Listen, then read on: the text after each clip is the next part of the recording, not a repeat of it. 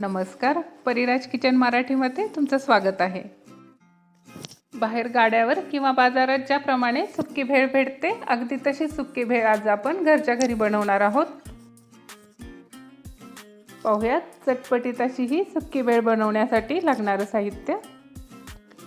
त्यासाठी आपण इथे घेतले 1 वाटी फरसाण, 1 वाटी बारीक शेव घेतली आहे, चवीनुसार मीठ घेतले, 1 टोमॅटो घेतलाय बारीक कापून, 1 कांदा बारीक कापून घ्यायचा आहे, कैरीच्या फोडी घेतले 3 ते 4, लाल तिखट घेतले 1 चमचा, पाणीपुरीतली पुरी घेतली 1 आणि थोडीशी कोथिंबीर घेतली आहे आणि चिरमुरे घेतलेत। इथे चिरमुरे आपण हिंग, जिरे, मोहरी, कढीपत्ता, लसूण, हळद पावडर आणि लाल मिरची पावडर घालून फोडणी करून घेतले, त्यामुळे अजूनच चव येते भेळीला। या भेळीमध्ये तुम्ही हळद मीठ टाकून उकडलेली मटकीही घालू शकता, अजूनच छान चव लागते।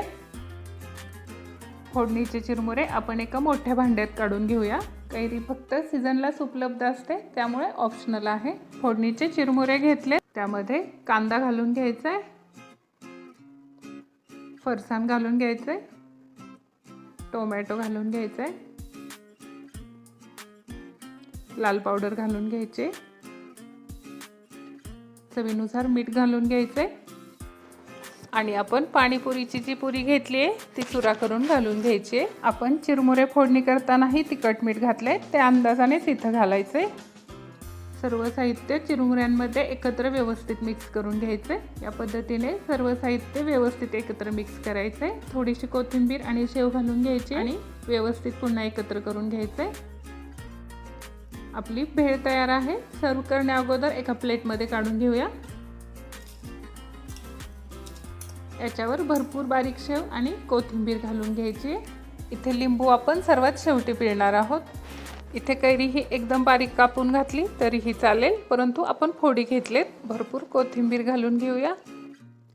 कैरी घ्यायची आणि लिंबू आणि मीठ टाकून उकडलेली हिरवी मिरची घ्यायची आणि वरून मस्तपैकी लिंबू पिळून घ्यायचे। लिंबू जर आपण अगोदर पिळलं तर चिरमुरे नरम पडण्याची शक्यता असते, म्हणून खायला घेण्या अगोदरच लिंबू पिळायचे, त्यामुळे भेळीचा कुरकुरीतपणा आहे तसाच राहतो। अशा प्रकारे आपली चटपटीत अशी ही भेळ घरच्या घरी खाण्यासाठी